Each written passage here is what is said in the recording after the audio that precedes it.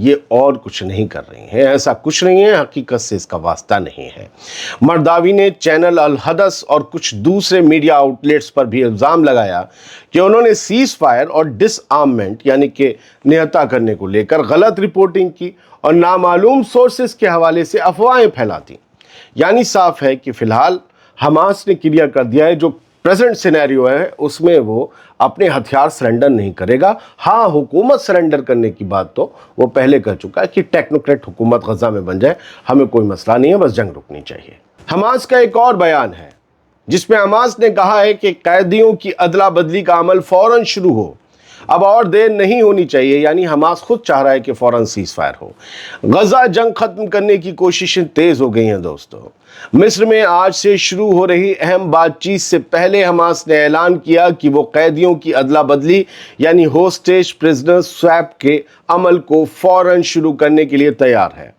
Hamas کا یہ بیان اس وقت آیا ہے جب امریکی صدر ڈونلڈ ٹرمپ کے سیز فائر روڈ میپ کو لے کر غزہ میں جنگ روکنے کی کوشش ایک نئے موڑ پر پہنچی ہے۔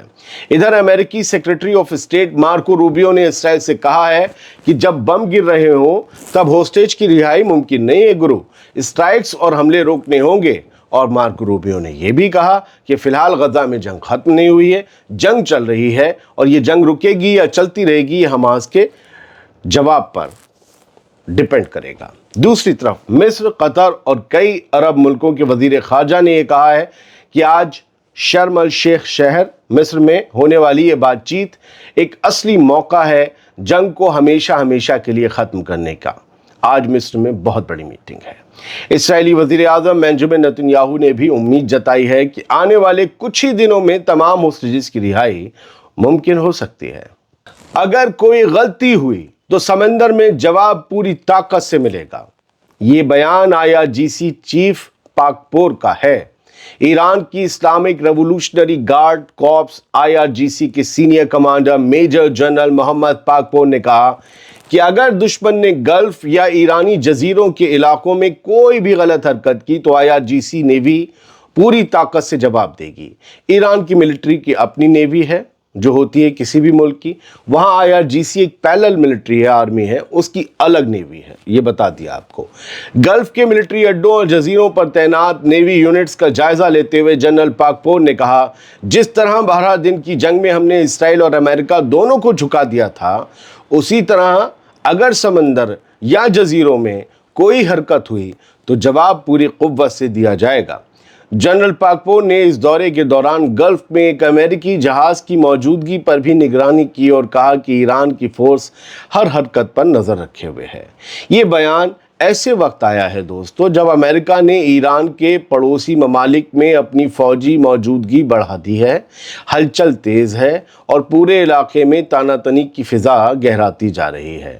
اس دوران، اس موسم میں، اس تپش میں، اس گرماہٹ میں، اس ہلچل میں اس بیان کو بہت ہی باریکی اور گہرائی سے پڑھا جانا چاہیے۔ اور شاید اس بار ایران کو یہ ڈر ہے کہ صرف ہوا سے حملہ نہیں ہوگا، سمندر سے حملہ ہوگا، اسی لیے تو نیوی کے اڈوں کا معائنہ ہو رہا ہے اور کہا بھی جا رہا ہے کہ نیوی کی طرف سے جواب ملے گا۔ اسے سمجھیے گا۔ کچھ ہیڈ لائنز ہیں وہ یہاں سے دیکھ لیجئے۔ شام یعنی کہ سیریا، وہاں پر بشر الاسد کے جو دور حکومت ہے اس کے ختم ہونے کے بعد، بشر کے روس بھاگنے کے بعد پہلی بار الیکشن ہوئے ہیں۔ اور الیکشن تو وہاں کئی سالوں سے ہو رہے تھے، لیکن یہی کہا جاتا تھا کہ ہر بار بشر الاسد مینوپولیٹ کرتے تھے، اپنے ہی حق میں سارے ووٹ ڈلواتے تھے اور وہ خود جیت کر صدر بن جاتے تھے۔ اب احمد الشرا کہہ رہے ہیں کہ اس بار جو الیکشن ہوئے ہیں تو سیریا میں ہسٹری بن گئی ہے، تاریخ درج ہو گئی ہے، اور یہ کہا گیا کہ یہ پارلیمنٹ الیکشن ہسٹورک ہے۔ اب اس کے کئی نتیجے اور کئی رپورٹس ابھی آنی باقی ہیں، لیکن پھر بھی جو بھی حکمراں ہوتا ہے وہ اپنے دور صدارت میں یا اپنے دور میں جو بھی ہوتا ہے اسے پاک صاف بتاتا ہے، دوسرے میں داغ نکالتا ہے۔ بشر کا تو سب کو دنیا کو پتہ ہے، بشر نے یا ان کے باپ نے جس طریقے سے رول کیا سیریا پر مٹھی بھر ہونے کے باوجود، اور کیا ہوا سیریا میں وہ سب ہم نے دیکھا۔ لیکن بعد میں یہ جولانی جو ایک وانٹڈ دہشت گرد تھے جن پر امریکہ نے انعام رکھا تھا، یہ اب یہ حاکم بن گئے ہیں اور ڈونلڈ ٹرمپ اس سے ملاقات کر رہے ہیں انعام اٹھائے، اب یہ کہہ رہے ہیں کہ ہم بھی فیئر الیکشن کرا رہے ہیں، تو ان کے الیکشن بھی پرکھنے ہوں گے، انہوں نے تو لبادہ بدلا ہے۔ خیر، floods displace 1200 families in Sudan's Khartoum state, UN migration agency, United Nations کی مائیگریشن ایجنسی ہے، اس نے یہ اطلاع دی ہے کہ سوڈان جو پہلے سے بے حد غریب ملک ہے، 2 سال سے بھیانک خانہ جنگی کا یعنی سول وار کا شکار ہے، وہاں اب موسم کی مار بھی پڑی ہے اور وہاں اتنی بارش ہوئی کہ اس سوکھی جگہ پر باڑھ آ گئی۔ اب باڑھ آئی تو کیا ہوا کہ 1200 فیملی ڈسپلیس ہو گئیں۔ جیسی اس جگہ کی آبادی ہے اس کے حساب سے 1200 فیملی، 1200 خاندان یا پریوار بہت بڑی بات ہوتی ہے۔ اب وہ باڑھ پہلے ہی خانہ جنگی سول وار کی وجہ سے لوگ ادھر ادھر مارے تو دڑے گھوم رہے تھے، اب جہاں تک جیسے بھی کہیں کچھ بسے بھی تھے سوڈان کی خارطوم اسٹیٹ میں، وہاں پر بارش نے ایسا قہر برپایا کہ لوگوں کو اپنے گھر چھوڑ کر بھاگنے پڑا کیونکہ باڑھ آ گئی۔ کچھ ہیڈ لائنز جو صرف ہیڈ لائن کے طور پر لینی چاہیے۔ خلیل الحیہ جو کہ حماس کے سپر موسٹ سینئر لیڈر ہیں، جنہیں قطر میں ماننے کا دعویٰ کیا تھا اسرائیل نے، وہ کل رات قاہرہ یعنی ایجپٹ کی دارالحکومت پہنچ گئے ہیں۔ آج جو اہم میٹنگ ہونے والی ہے اس میں وہ شرکت کریں گے۔ کل ہی ہم نے کہا تھا کہ انہیں دیکھ کر تو اسرائیل کو چونکنا چاہیے، لیکن بڑی بات یہ نہیں ہے کہ چونکنا چاہیے کہ انہیں مارنے کا دعویٰ کیا تھا وہ زندہ ہیں، اس سے بڑی بات یہ ہے کہ جنہیں مارنے کی کوشش قطر میں پچھلے مہینے ہوئی تھی، انہی کے ساتھ بیٹھ کر ایک چھت کے نیچے آج اسرائیل کا ڈیلیگیشن بات کرے گا۔ یہ وہی حماس کے سپر موسٹ لیڈر ہیں جن سے جنگ جاری ہے غزہ میں۔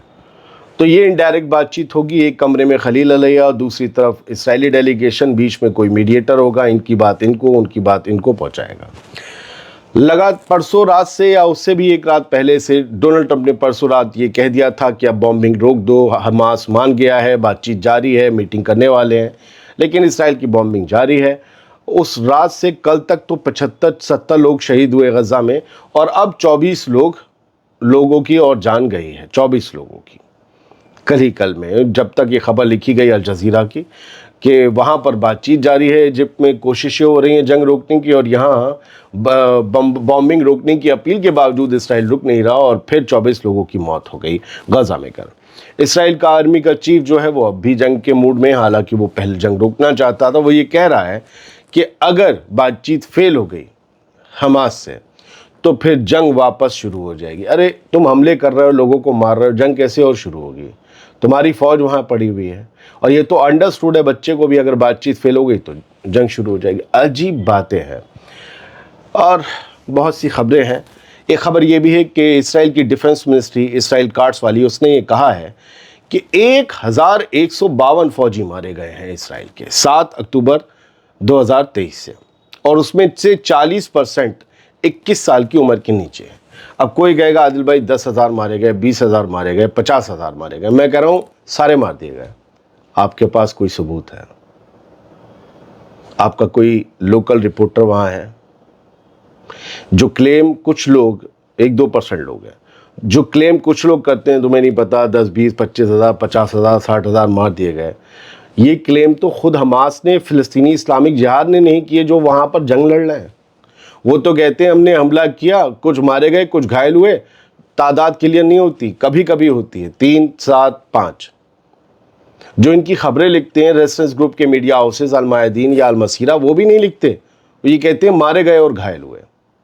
خود حماس کلیم نہیں کرتا، کچھ لوگ کرتے ہیں۔ وہ کچھ لوگوں کا یوٹیوب چینل دیکھتے ہوں گے، جہاں ہر روز جہاں کم سے کم اس جنگ کی شروعات سے 50 بار تو اسرائیل ہار چکا ہوگا، وہیں 50,000 لوگ مارے جاتے ہیں، انہیں برا لگ رہا ہوگا۔ لیکن کیا کوئی ایک لنک خبر آپ کمنٹ باکس میں پیسٹ کر دیں گے جہاں حماس نے کہا کہ 10,000 مارے گئے، 20,000 مارے گئے، 30,000 مارے گئے؟ مجھے پتا ہے جو یہ فگر دے رہا ہے اسرائیل، یہ سچی نہیں ہے۔ اسرائیل ہمیشہ اپنے نقصانوں کو چھپاتا ہے، لیکن وہ بھی نہیں ہے جو آپ لوگ 1-2% لوگ دعویٰ کرتے ہیں۔ یہ ہو سکتا ہے یہ 3,000، 4,000، 5,000 ہو سکتے ہیں، 10، 20، 50,000 بہت بڑی چیز ہوتی ہے سر۔ بہت بہت شکریہ، سلامت رہیے، خوش رہیے۔